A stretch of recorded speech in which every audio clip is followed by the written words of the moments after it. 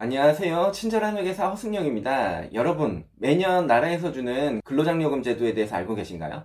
소득과 재산 요건에 따라 최대 300만 원을 주는 제도인데요. 최근 세법 개정에 따라 근로장려금의 요건과 지급 대상이 일부 변경되었다고 합니다. 그래서 오늘은 근로장려금 지급 요건과 2022년에 개정된 내용에 대해서 영상을 준비해 보았습니다. 이제 곧 2022년 3월이 되면 2021년 하반기에 대한 근로장려금 반기 신청 기간이 시작되는데요.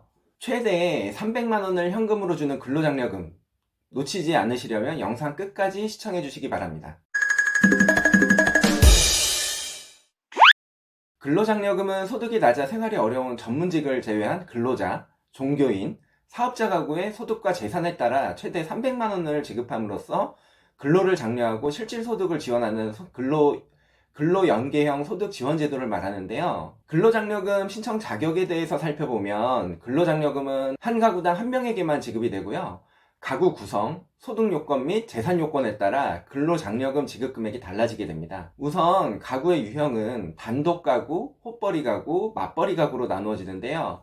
단독 가구는 배우자나 18세 미만의 부양자녀 또는 70세 이상 직계 존속이 없는 가구를 의미하고요. 호벌이 가구는 배우자의 총 급여액 등이 300만 원 미만인 가구, 배우자가 없는 경우에는 부양자녀 또는 70세 이상 직계 존속이 있는 가구를 말합니다. 맞벌이 가구는 거주자와 배우자 각각의 총 급여액이 300만 원 이상인 가구를 의미합니다. 다음으로 총 소득 요건을 살펴보면 2022년에 소득 요건이 세법 개정에 따라 200만 원 상향 조정이 되었는데요. 단독 가구의 경우에는 연간 총소득 2,200만 원 미만, 호벌이 가구는 연간 총소득 3,200만 원 미만, 맞벌이 가구는 연간 총소득 3,800만 원 미만인 경우에 근로장려금 지급 대상이 될 수 있습니다. 다음으로는 재산 요건인데요. 근로장려금을 받기 위해서는 2021년도 6월 1일 기준의 가구 구성원 전체의 재산 합계가 2억 원 미만이어야 하는데요. 재산을 판단할 때는 토지, 건축물과 같은 부동산, 차량, 금융재산, 유가증권, 골프 회원권 등이 포함되는데 이때 부채가 있더라도 차감하지 않고 계산된다는 점 참고해 주시기 바랍니다. 그리고 재산 합계가 2억 원 미만이라고 하더라도 재산 합계가 1억 4천만 원 이상인 경우에는 근로장려금 산정액의 절반만 지급된다는 점 유의해 주시기 바랍니다. 이렇게 근로장려금 신청 대상이 되면 근로장려금은 크게 정기 신청과 반기 신청으로 나누어서 신청할 수 있는데요. 반기 신청의 경우에는 상반기와 하반기 두 번에 나누어 신청하게 되는데 상반기 신청의 경우 상반기 근로소득을 기준으로 해서 9월에 신청해서 12월에 지급하게 되고요. 참고로 2021년 상반기 신청의 경우에는 2021년 9월에 신청해서 지난 2021년 12월에 지급이 완료되었습니다. 하반기 신청의 경우에는 하반기, 그러니까 7월에서 12월 근로소득을 기준으로 다음해 3월에 신청하게 되고요. 6월에 지급받게 됩니다. 예를 들어 2021년 하반기 근로장려금은 2022년 3월에 신청해서 2022년 6월에 지급받게 됩니다. 그리고 2021년 연간 소득에 대한 근로장려금은 다음 해인 2022년 9월에 연간 소득을 기준으로 최종 정산이 이루어지게 되고요. 정기 신청의 경우에는 당해 연도 소득을 기준으로 다음 해 5월에 신청하게 되고 다음해 9월에 근로장려금이 지급이 됩니다. 예를 들어 2021년 소득에 대한 근로장려금 정기 신청은 2022년 5월에 신청해서 2022년 9월에 지급이 됩니다. 근로소득자의 경우 정기 신청과 반기 신청 중 선택이 가능한데요. 하지만 사업자와 종교인 소득자의 경우에는 정기 신청만 가능하다는 점 참고해 주시기 바랍니다. 근로장려금 지급 대상이 되는 경우에는 가구 유형별로 소득에 따라 지금 보시는 산식에 따라 근로장려금이 계산이 되는데요. 총 급여액이 400만원 미만인 경우에는 총 급여액의 400분의 150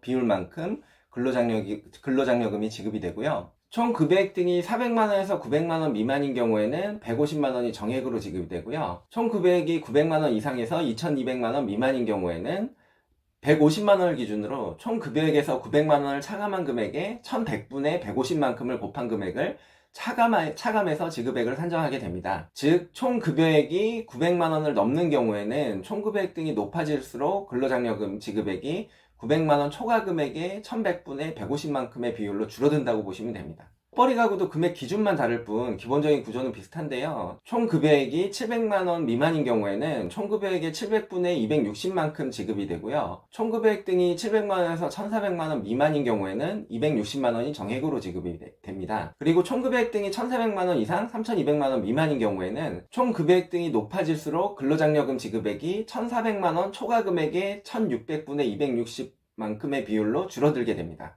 마지막으로 맞벌이 가구의 경우 총 급여액 등이 800만원 미만인 경우에는 총 급여액의 800분의 30만큼 지급이 되고요. 800만원 이상 1700만원 미만인 경우에는 300만원이 정액으로 지급이 됩니다. 그리고 1700만원 이상 3800만원 미만인 경우에는 300만원에서 1700만원 초과 금액의 1900분의 300을 차감한 금액만큼을 지급하게 된다고 보시면 됩니다.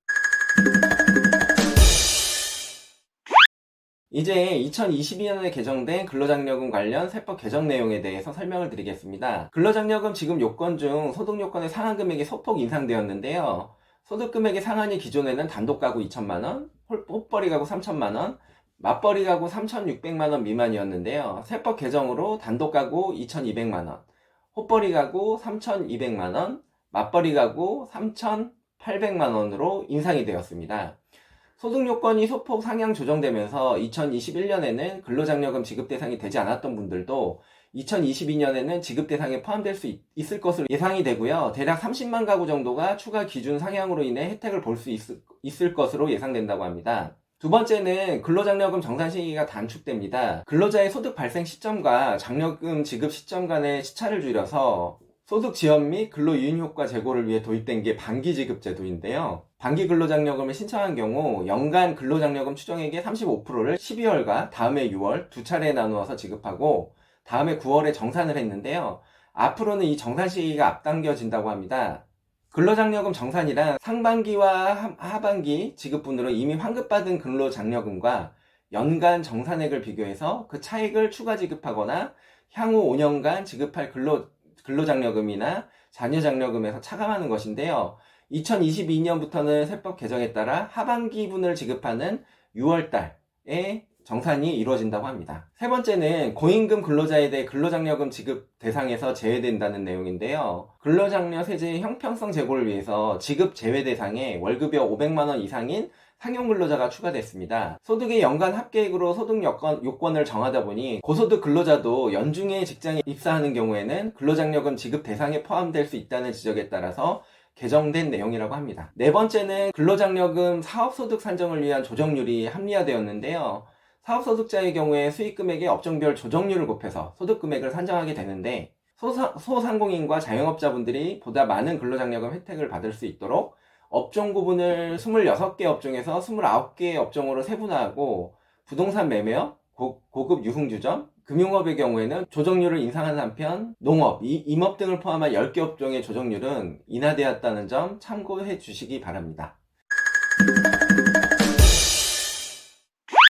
지금까지 근로장려금 제도와 2022년 근로장려금 관련 세법 개정사항에 대해서 알아보았는데요. 근로장려금 지급 대상에 해당되시는 경우 신청은 ARS 전화, 모바일 손택스, PC 홈택스 등을 통해 간편하게 신청이 가능합니다. 따라서 근로장려금 제도에 대해 알지 못해 근로장려금을 받지 못하시는 일 없으시길 바라면서 오늘의 영상을 마치도록 하겠습니다. 이상 친절한 회계사 허승용이었습니다. 감사합니다.